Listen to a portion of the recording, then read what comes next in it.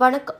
திராவிட பொங்கல் திருநாளை முன்னிட்டு சென்னை கிழக்கு மாவட்டம் திருவொற்றியூர் கிழக்கு பகுதி சார்பில் ஆண்கள் மற்றும் பெண்கள் பங்கேற்ற மாபெரும் இருநாள் கபடி போட்டி திருவொற்றியூர் அரசு கல்லூரி வளாகத்தில் நடைபெற்றது. இந்த போட்டியை சென்னை மாநகராட்சி மண்டல குழு தலைவர் திமு தனியரசு தலைமை தாங்கி நடத்தி வைத்தார். திமுக சென்னை கிழக்கு மாவட்ட செயலாளர் மாதவரம் சுதர்சனம் முதல் போட்டியை தொடங்கி வைத்தார். சென்னை, திருவள்ளூர், காஞ்சிபுரம், செங்கல்பட்டு உள்ளிட்ட மாவட்டங்களிலும் அம்பத்தூர், பெரம்பூர், சைதாப்பேட்டை, பொன்னேரி, ஆவடி, எண்ணூர், மணலி, வண்ணாரப்பேட்டை உள்ளிட்ட பகுதிகளிலிருந்து கபடி வீரர்கள் போட்டிகளில் கலந்து கொண்டனர். இந்த இருநாள் போட்டியில் ஆண்கள் பிரிவில் 40 அணிகளும் பெண்கள் பிரிவில் 40 அணிகளும் பங்கேற்றன. லீக் முறையில் நடைபெற்ற போட்டிகளில் இறுதி ஆட்டத்திற்கு அணிகள் தேர்வாகின.